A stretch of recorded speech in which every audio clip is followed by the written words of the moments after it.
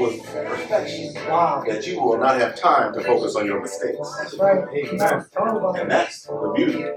You all have heard about that journey and destination part. How many of us are always focused on the destination?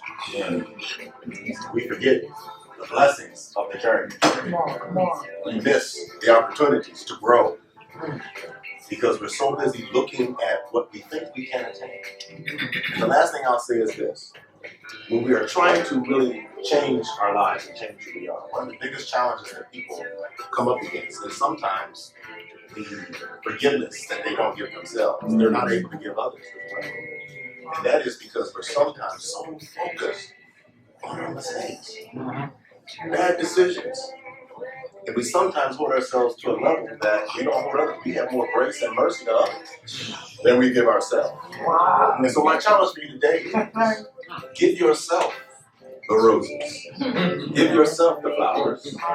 Those days that are challenging, forgive yourself.